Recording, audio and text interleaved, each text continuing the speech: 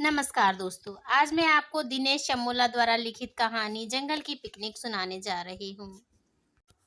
मीतू व टिंकू दोनों एक ही स्कूल में पढ़ते थे। स्कूल पहाड़ी पर स्थित था। वे दोनों 5वीं कक्षा के विद्यार्थी थे। दोनों के गांव स्कूल के उत्तर व दक्षिण दिशाओं में थे। मीतू के गांव से स्कूल चढ़ाई पर था, तो टिंकू के गांव से स्कूल उतराई पर था। दोनों को स्कूल आने तथा जाने के लिए बराबर ही मेहनत करनी पड़ती थी। मीतू को गांव से स्कूल आना कठिन लगता, तो टिंकू को स्कूल से जाना। चढ़ाई चढ़ते जितना पसीना छूटता, उतना ही आनंद उतराई उतरते आता। किंतु दोनों में भी उतराई में असली आनंद मीतू को ही आता। यद्यपि टिंकू के गांव से भी स्कूल उतराई पर था, लेकिन उसमें उतना उत्साह न रहता। कभी गणित के अध्यापक का डर सताता, तो कभी टेस्ट में फेल होने की चिंता। इसलिए लाख चाहने पर भी घर से स्कूल जाने की उतराई उसे अच्छी न लगती। मीतू को स्कूल की छुट्टी होते ही गांव की ओर उतरने में इतना आनंद आता कि कोई हिसाब न होता। मीतू व टिंकू घनिष्ठ मित्र थे। टिंकू की बुद्धि बहुत तेज थी, लेकिन वह शरारती था, जबकि मीतू ईमानदार व मेहनती।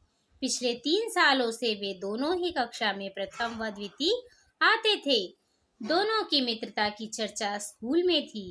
एक बार दिसंबर के आखिरी दिन थे। पहाड़ी प्रदेश में सर्दी बढ़ गई थी।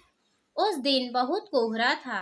मीतू को सुबह उठने व फिर समय से स्कूल पहुंचने में देर हो गई थी। जैसे ही वह स्कूल के पास तक पहुंचा, अच्छी धूप निकल गई थी। पहाड़ियों पर ग्वाले गायों को चरा रहे थे।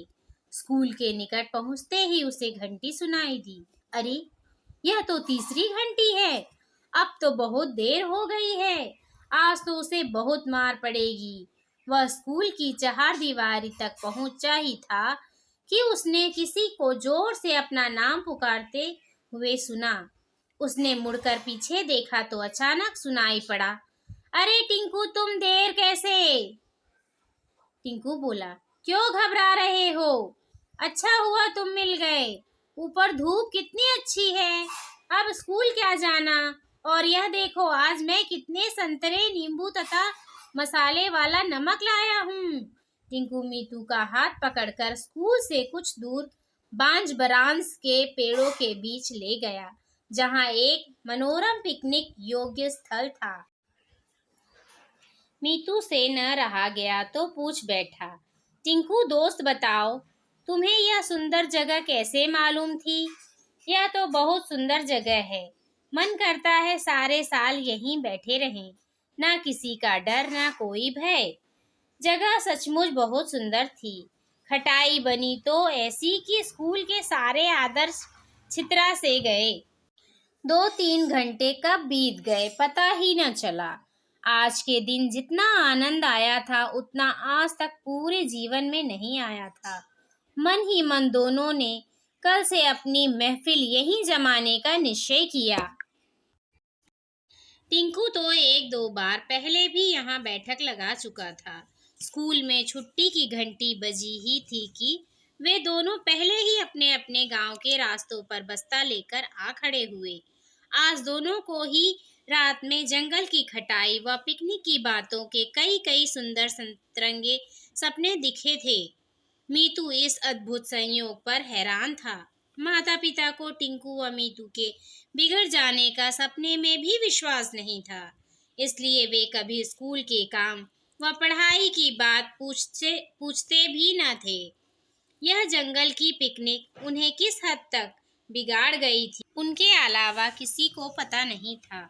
अब तो वे रोज रोज गांव से स्कूल के बहाने जंगल आने व अंदाजे से इंटरवल के समय का आभास कर अपने अपने टिफिन चाव से खाने व पिकनिक मनाने के आदी हो गए थे। समय बहते पानी सा सरपट दौड़ रहा था। बोर्ड की परीक्षाएं होने को थी, इसलिए तैयारी की छुट्टियां हो गई थीं। कुछ छात्र तब भी स्कूल जाते थे, लेकिन टिंकू व मीतू तो जंगल की पिकनिक के ही आदी हो चुके थे। जैसे परीक्षाएं हो गईं, सब बच्चे छुट्टियों पर अपने अपने गांव में थे। समय बीतते देर कितनी लगती है। आखिर परीक्षा फल आया। पूरे क्लास में टिंकू और मीतू ही फेल हुए थे। इन दोनों का फेल हो जाना आश्चर्य की बात थी। गांव का एक गाय चराने वाला बच्चा मीतू का परीक्षा फल लाया था। उसने मीतू की माँ से कहा था, चाची, मीतू व टिंकू पास कैसे होते? ये तो रोज बांझ बुरांस के जंगल में रहते थे। कभी खटाई खाते तो कभी बंदरों की तरह उछल कूद करते रहते। मैंने तो उन्हें कई बार देखा था। एक बाल अपराधी सा दौड़ता हुआ मीतू वहां पर आ पहुंचा। वह सिसकते हुए कहने लगा, मम्मी जी, मुझे माफ कर दो। मैं बिगड़ गया था, और टिंकू भी। किंतु मम्मी जी, मैं प्रण करता हूँ कि आज के बाद कभी ऐसा नहीं करूँगा। माँ ने उसे गले से लगा लिया था।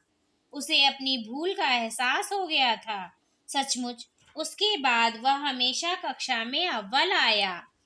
इस कहानी से आपको क्या प्रेरणा मिलती है, यह कमेंट करके अवश्य बताएं। धन्यवाद।